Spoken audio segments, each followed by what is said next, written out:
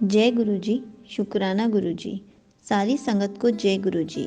आज मैं आप सबको बताऊंगी कि हमें बनी बनाई खिचड़ी खाने की आदत हो गई है। बहुत ही अच्छी इन्फॉर्मेशन दूंगी इस वीडियो में, इसलिए वीडियो को लाइक करके चैनल को सब्सक्राइब कर देना और कमेंट्स में जय गुरु जी लिखना मत भूलना। संगत जी, गुरु जी कहते हैं कि हमें हमेशा बनी बनाई खिचड़ी खाने की आदत हो गई है। हम कुछ खुद से करना ही नहीं चाहते। बस गुरुजी आप ये कर दो या आप उससे ये करा दो, इस तरह की फरमाइश लेकर गुरुजी के चरणों में बैठ जाते हैं और तब तक रटते रहते हैं जब तक वो काम पूरा नहीं हो जाता। कई बार गुरुजी ने समझाया भी है कि उन्हें हमारी खबर है। यदि उन्होंने अपने चरणों में रखा है तो हमें उन पर विश्वास करना होगा कि जो हो रहा है या जो होने वाला है वो हमारे लिए सही है। फिर भी यदि अपने मन की शांति के लिए हमने अपनी अरदास उनके सामने रख दी तो एक बार काफ़ी है। इसे इस तरह समझें, हमारा बच्चा हमसे कुछ मांगता है, हम चट से तो उसकी सारी फरमाइश पूरी नहीं कर देते। हमें यदि उसके लिए सही जान पड़ता है तभी देने की सोचते हैं। हमारी दूरदृष्टि बच्चे के मुकाबले काफ़ी ज़्यादा है।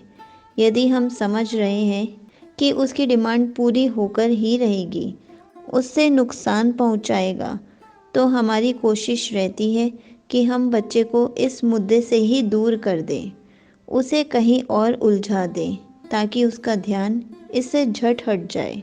यदि डिमांड पूरी की जा सकती है तो भी इसे पूरा करने में कुछ समय तो लग ही जाता है। अब तब तक बच्चा रोज़ रोज़ अपनी डिमांड को दोहराता रहे तो हम चिढ़ महसूस करते हैं। किसी भी इच्छा को पूरा करने के लिए जो आवश्यक कार्यवाही करने की ज़रूरत होती है उसका समय तो लगता ही है। हम गुरु जी के बच्चे ही हैं। हम सबकी यही इच्छा होती है, गुरु जी को कहा और उसे पूरा हो जाना चाहिए। कई बार गुरु जी झट से पूरा कर भी देते हैं, पर उसके बाद हमें हर डिमांड पर ऐसे ही चमत्कार की अपेक्षा होती है। गुरुजी कर भी दें चमत्कार, सारी इच्छा पूरी भी कर दें, पर उसके बाद क्या हमारी डिमांड लिस्ट कम हो जाएगी?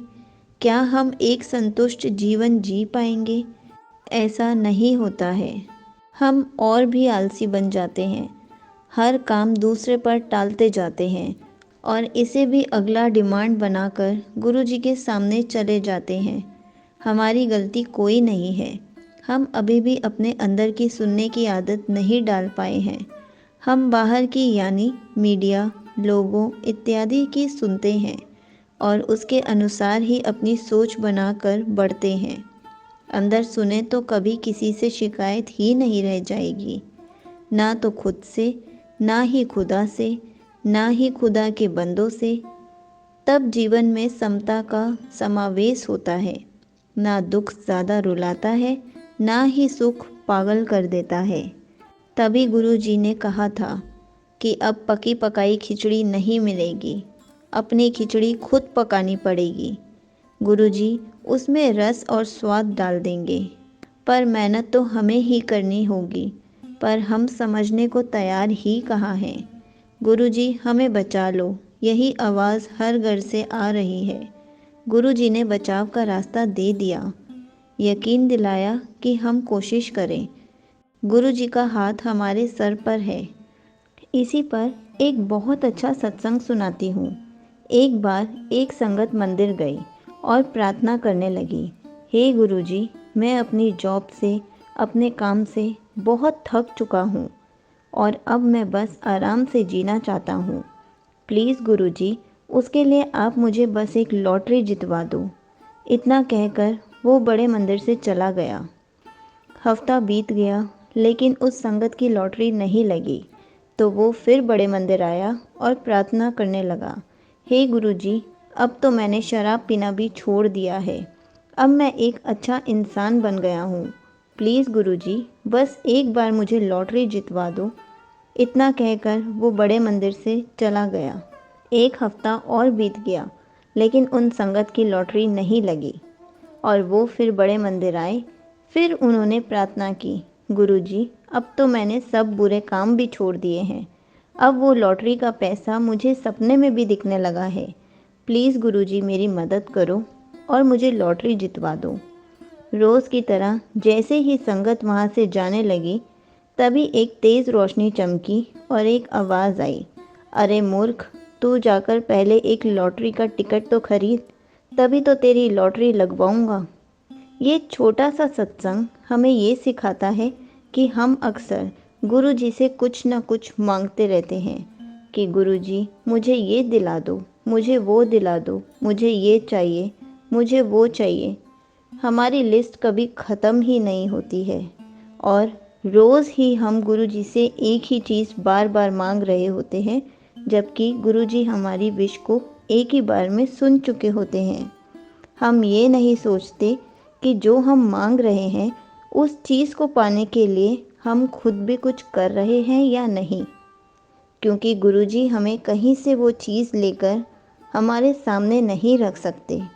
हमें ज़्यादा पैसे चाहिए तो उसके लिए ज़्यादा मेहनत करनी पड़ेगी। हमें एग्ज़ाम में अच्छे मार्क्स चाहिए तो उसके लिए हमें ज़्यादा पढ़ाई करनी पड़ेगी। अगर हमें कोई जॉब चाहिए तो उसके लिए हमें जॉब के लायक बनना पड़ेगा। हमारी इच्छाएं भी तभी पूरी होंगी जब हम खुद कुछ करेंगे। गुरु जी पर विश्वास रखना है और सिर्फ मांगना ही नहीं है, बल्कि उन चीज़ को पाने के लिए खुद भी थोड़ा सा एफर्ट करना है। किसी को इरिटेट नहीं करना है, किसी के भी पीछे नहीं पड़ना है। इसलिए गुरुजी कहते हैं, पकी पकाई खिचड़ी नहीं मिलेगी, खिचड़ी खुद पकानी पड़ेगी। अगर आपको गुरुजी से रिलेटेड कुछ भी पूछना है तो आप कमेंट्स में पूछ सकते हैं। मैं उसका आंसर कमेंट में रिप्लाई करके या फिर वीडियो बनाकर ज़रूर दूंगी। जय गुरुजी, शुक्राना गुरुजी।